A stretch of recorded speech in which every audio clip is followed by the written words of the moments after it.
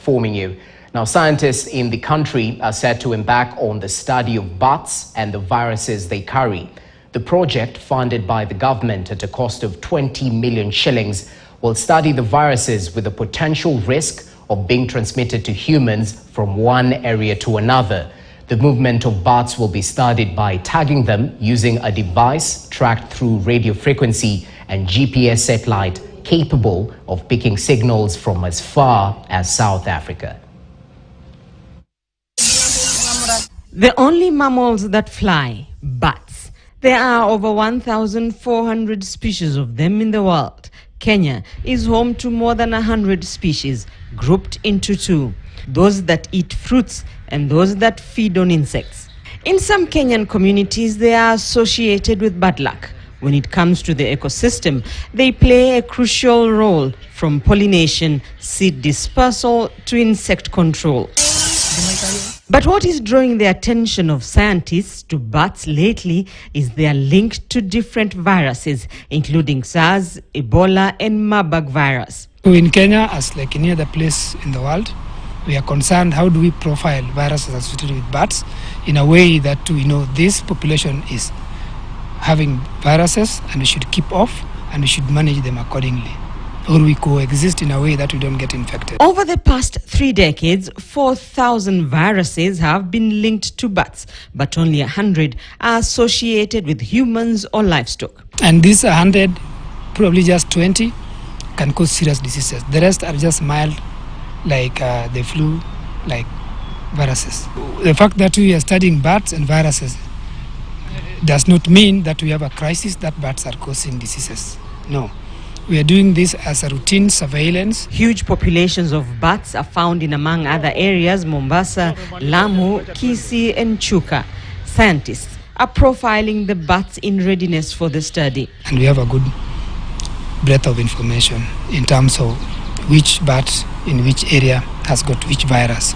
And which virus is just a virus for bats, and a virus that we think is 1 or 2 mutations away from becoming a disease causing in human being or in livestock. The government has set aside 20 million shillings for the project, which will see scientists tag and monitor the movement of bats for hundreds of kilometers. We want to know where do they go to eat, where do they migrate to, and I think it's worth mentioning that some of these bats migrate long distances, and they are able to transfer a seed from Nairobi to Mombasa or to Western Kenya, and some of them go thousands of kilometers all the way to Kasanka in Zambia. So by tracking them, we get to know where they go, what they drop, and what they pick and bring back home. The bats will be tagged and monitored through radio frequency and satellite GPS. The information I receive is through Argos, which is a company based in France. It manages this kind of devices even for people who operate ship. And it's required that anybody who's using it has to be vetted, so then you don't use that information to harm the world like terrorists. And so they have vetted me. The signal can be monitored for hundreds of kilometers. It's capable of giving me signals from South Africa to Nairobi or from many parts of the world, because it relays its information to the satellite. And I will put a strap that lasts as long as 3 months. After 3 months, the battery is down, they can also fall off. With the study set to kick off in January, the initial step will be the experimentation to see how the bats handle the tags on their back. There's also a law, it's a scientific law, that the weight of a tag must not be more than 8% of the body weight of the animal. So I must weigh the animal I'm putting it on and see if it is less than, if it meets the threshold of 8%. Just like the wildebeest migration, at least 8 million fruit-eating bats fly to Kasanka in Zambia between October and December in one of the world's largest mammal migration.